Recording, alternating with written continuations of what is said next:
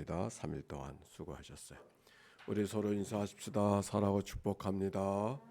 우리 온라인으로 계신 분들도 환영합니다. 축복합니다. 권희필 권사님, 오랜만에 들어오셨네요. 반갑습니다. 자, 오늘 성경의 말씀 9장부터 12장까지의 말씀을 읽었어요. 9장의 말씀은 8장으로부터 이어지고 있는 말씀입니다. 어제 연대에 대한 이야기를 했는데 연대에 대한 이야기가 잘 전달이 안 된 것 같아요. 이스라엘 백성들이 바벨론의 포로로 잡혀가는데 몇 번 포로로 잡혀간다 그랬죠? 3번이라 그랬어요. 제일 처음에는 주전 예수님 오시기 전 605년, 그리고 그 다음에는 주전 597년, 그 다음에는 주전 586년. 그 586년 때는 나라가 다 멸망을 해버린 바로 그때입니다. 그런데 에스겔이 포로로 잡혀갈 때는 나라가 멸망할 때 잡혀간 것이 아니라 그보다 조금 일찍 주전 597년, 즉 2차 포로 때 여호야긴 왕 때 지금 잡혀가는 모습을 성경 속에 봅니다. 그래서 에스겔서가 모두 48장이 있는데 1장부터 미안합니다. 24장까지 있는 말씀은 나라가 멸망하기 전까지, 성전이 무너지기 전까지의 예언의 말씀이고, 그 다음에 25장 이후의 말씀은 나라가 멸망 다음에 아주 성전이 다 무너진 다음에 그 다음에 있어질 그 바빌론 포로된 백성들에게 주신 예언의 말씀이 바로 그 이후의 말씀이라고 했으니까 그러니까 에스겔이 오랫동안 생활을 한 것이죠. 자, 오늘 성경 속에 에스겔을 바빌론 포로된 백성들에게 희망과 용기를 주기 위해서 에스겔을 하나님이 부르셨는데, 그래서 에스겔에게 그들을 어떻게 환상 가운데 그를 끌고 어디로 가셨어요? 예루살렘으로 지금 가셔서 예루살렘에 있는 이야기를 가지고서 지금 바벨론의 포로로 잡혀가는 그 백성들에게 새로운 소망과 위로해 주시는 말씀이 에스겔서의 말씀이다 그랬어요. 에스겔을 끌고 하나님께서 예루살렘 성전 그 성읍으로 갔더니 거기 어떤 일이 있었다 그랬어요. 하나님의 성전 안에 크고 가증한 일이 가득하게 해, 또 하나님 앞에 영광과 찬송만 드리고 제사를 드려야 될 성전이 다른 우상의 형상과 우상에게 제사하는 일들이 가득한 땅이 되어져 버리고 말았다고 했어요. 하나님의 어떤 마음이겠어요. 그곳에 심지어는 어떤 일이 있었느냐면 여기 성경 가운데 보니까 8장 14절 8장 14절 한번 보세요. 13절과 14절. 자, 8장이요. 시작. 또 내게 이르시되 너는 다시 그들이 행하는 다른 큰 가증한 일을 보리라 하시더라. 그가 또 나를 데리고 여호와의 전으로 들어가는 북문에 이르시기로 보니 거기에 여인들이 앉아 단무스를 위하여 애곡하다. 이 단무스가 누군가? 바벨론의 신이에요. 아니 지금 하나님의 성전에 예배를 드리고 여호와를 예배하는 자리에 바벨론 신의 형상, 특별히 단무스는 이 아수르의 가나안 땅의 바알처럼 바벨론의 다산을 주관하는 생산을 소출을 많이 도와주는 그런 신, 그게 바로 단무스예요. 그 단무스를 위한 제사를 지금 예루살렘 성전에서 여호와를 섬기는 제사에서 지금 행하고 있었기 때문에 하나님께서 거기에 대해서 심판하시는 이야기가 오늘 성경에 기록이 되어져 있는 거예요. 그게 오늘 9장부터 기록이 되어져 있는 거예요. 에스겔서를 통하여서 가장 많이 반복되는 말 가운데 하나가 뭐냐면 따라서 합시다. 내가 여호와인 줄 알게 하리라. 그 말이 제일 많이 반복되어 있어요. 그 말이 65번. 다시 같이 한번 해봅시다. 시작. 내가 여호와인 줄 알게. 누구에게? 그 백성들에게. 그 백성들에게 여호와가 하나님인 줄 알게 하기 위해서 쓰여진 말씀이 에스겔서다. 즉 그들에게 심판하고 있는 이유도 어디에 있는가? 그들에게 여호와가 하나님인 줄 알게 하기 위해서 하나님의 심판의 메시지가 선포되고 있는데, 하나님을 예배하는 자리에 하나님을 예배하려고 하지 아니하고, 아니 하나님을 예배한다고 하면서 다른 제사를 드리고 있으니 하나님 마음이 어떤 마음이겠어요?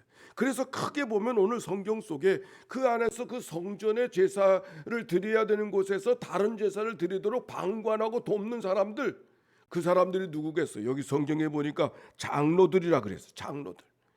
그 장로들부터 다 전멸을 시키는 그런 이야기가 오늘 성경에 기록이 되어져 있는 거예요. 그것을 여기 우리가 어디에 기록이 되어져 있는가? 성경 한번 봅시다. 6절의 말씀. 6절의 말씀 시작. 늙은 자와 젊은 자와 처녀와 어린이와 여자들을 다 죽이되 이마에 표 있는 자에게는 가까이 하지 말라. 내 성소에서 시작할지니라 하심에 그들이 성전 앞에 있는 늙은 자들로부터 시작하더라 그랬어요. 그 늙은 자들이 누군가? 그 앞에 장로들의 모습이 성경에 기록이 되어져 있어요.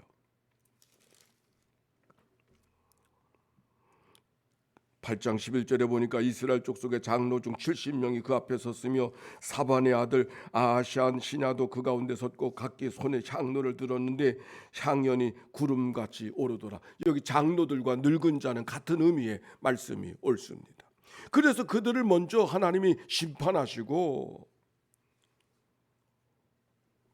그리고 10장에 가서는 그 어떤 말씀이 기록이 되어져 있냐면 하나님의 영광, 하나님의 보좌, 우리가 1장에서 에스겔이 하나님의 체험을 했었을 때 봤던 그 장면이 다시 보여지는 게, 근데 그 하나님의 형상이 되어진 네 생물과 바퀴와 그리고 하나님의 그 형상 그룹들의 모습이 성전 안에 머물러 있는데 성전을 떠나는 거예요.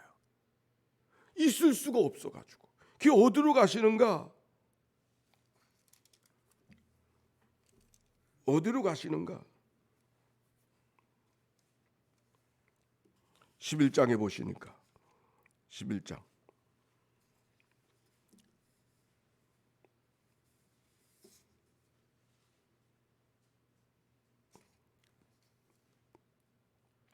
10장에서 그런 영광과 그런 일들을 보시고 그들이 어디로 가는가? 10장 18절 보세요. 시작. 여호와의 영광이 성전 문지방을 떠나서 그룹들 위에 머무르니 그들이 날개를 들고 쭉쭉쭉쭉 해서 그들이 다 멀리 떠나가신 하나님의 영광이 하나님의 성전을 떠나는 장면이 오늘 여기 성경 속에 기록이 되어져 있어요.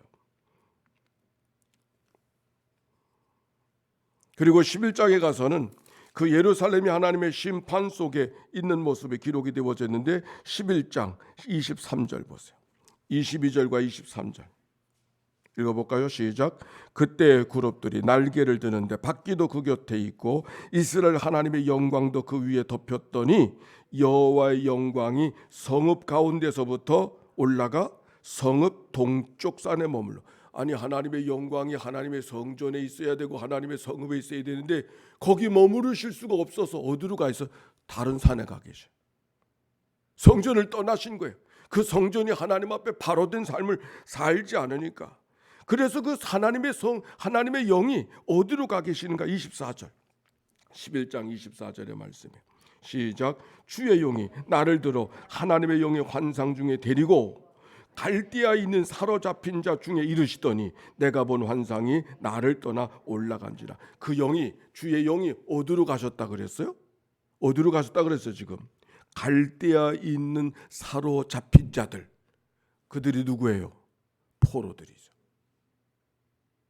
지금 이 말씀 속에는 어떤 말씀이 배경이냐면 이스라엘 백성들이 예루살렘에 살고 있었는데 거기에 포로로 잡혀갔잖아요. 그러니까 포로로 잡혀갔지 않은 백성들은 그들은 떠나갔으니까 이 성전은 그들과 상관이 없고 그 떠나간 사람들, 잡혀간 사람들은 다 엘리트들이거든요. 어떤 역할을 하던 사람들이거든. 그러니까 그동안 그 떠나간 사람들, 요주의 인물들, 요인들, 그 요인들을 성전을 다 장악하고 있는데 장악하던 사람을 바벨론 사람들이 다 끌고 갔어요. 그러니까 그 안에서 함께 역할을 못하던 사람들이 잘됐다, 이젠 우리 차지다 이러고 있는데 하나님께서 너희들이 하는 일들을 보니까 내가 너희들과 함께 있을 수 없다. 그래서 하나님의 영광, 하나님의 하나님의 그 영이 그곳을 떠나서 산에 머무르시다가 어디까지 가는가? 백성들이 바벨론의 포로로 잡혀가는 그곳으로 가셨단 말이에요.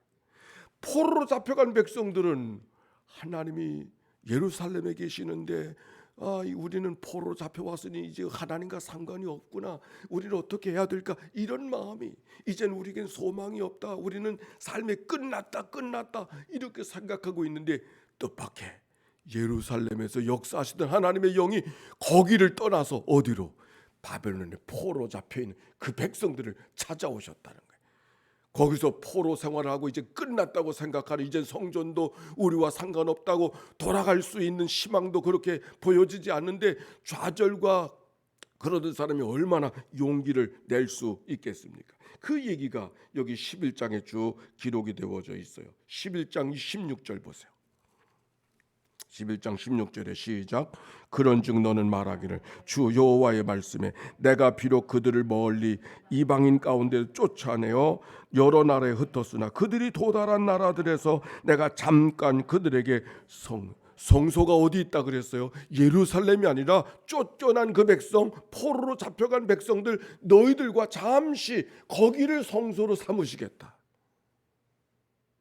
온라인으로 예배하는 분들, 하나님께서 여러분의 가정을 성소로 지금 삼고 계신 줄로 믿습니다.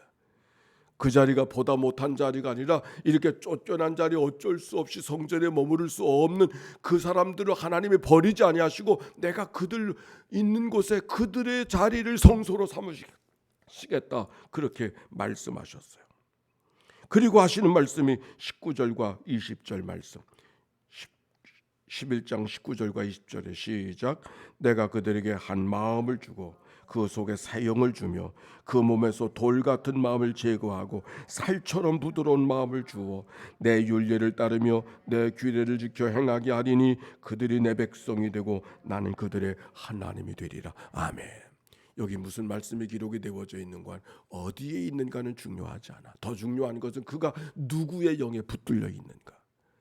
네가 비록 바벨론의 포로 잡혀간 흩어진 백성 가운데 있지만 새 영을 너희에게 부어주사 너희들에게 살같이 부드러운 돌 같은 마음을 제거해 주시고 살같이 부드러운 마음을 주어서, 살같이 부드러운 마음이 어떤 마음일까요?